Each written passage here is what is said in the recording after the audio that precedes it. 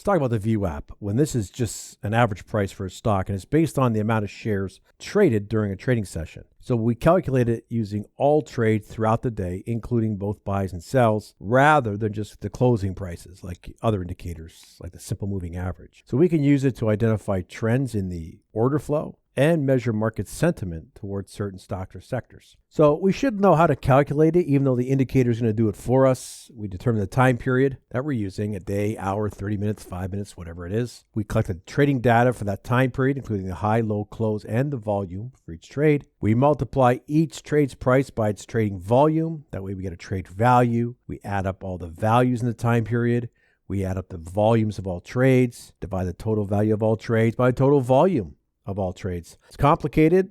We don't need to do it, but you should know what it's doing. So we can use it as a tool to decide whether we should buy or sell an instrument at certain times throughout the day. We can make decisions about where to place our orders, either buying near the support if we anticipate demand, or selling near resistance if we expect supply to enter the market. Now, some traders will also use VWAP as part of a risk management strategy. They'll set their stop losses and their take profits relative to the recent higher lows on intraday charts. How do we use it? We can often use it as an area of potential support and resistance when we're looking to enter trade. So if the current price is below the VWAP line on an intraday chart, it could indicate selling pressure at that VWAP line, and it's a good area for a short trade. If current price is above the VWAP on intraday charts, we want to consider buys, especially if price bounces at the VWAP.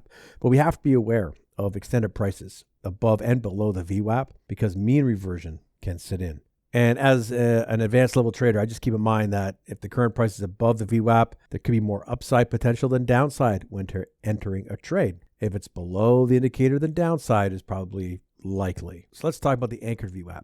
This is just a variation of the traditional VWAP calculation because you can anchor it to a specific point in time or price level rather than just calculating it continuously. So it's useful in situations where we want to calculate it for a specific time period, such as for a specific news event or a trading session. So if a company announces earnings after market close, traders may want to calculate the anchored VWAP from the time of the announcement until the market opens the following day. So in order to assess the impact of the news on the price. So if you entered into a long position, then you place your stop loss just below the VWAP line. It can help you reduce risk while still allowing for some upside potential from your trade. For short trades, put the stop above the VWAP. So this chart here has the VWAP anchored at the gap that's highlighted with the black circle. The labels 1 and 2 refer to a standard deviations from the anchored VWAP. So by monitoring the volume-weighted average prices throughout different time frames like dailies, weeklies, hourlies, doesn't matter. Swing traders can determine whether prices are trending up or down overall and over time. Then you decide to take your trades, and generally people do it in the direction of the trend. So because VWAP utilizes volume as well as rates in its calculations, so that gives you a better view of the instrument. So this means that there are high volumes being traded at certain prices. These are taken into considerations when calculating the overall average price. So this helps traders better gauge whether they should enter or exit trades based on how much activity is taking place. Another benefit is its ability to help identify areas where support and resistance may occur. Combine that with other indicators like a moving average or Bollinger Bands. That can actually help pinpoint potential entry points. Some will use it to determine the strength of a trend. So if a stock is consistently trading above its VWAP, it may indicate a strong bullish trend, while below it, strong bearish trend. So by understanding the current trend strength, a swing trader can determine whether or not to even bother trading. Now, entering during a weak trend, those can be pretty painful unless you have a trading strategy for it. It's only as useful as it's understood. It doesn't provide buy or sell signals, and you have to be able to interpret the meaning of the VWAP.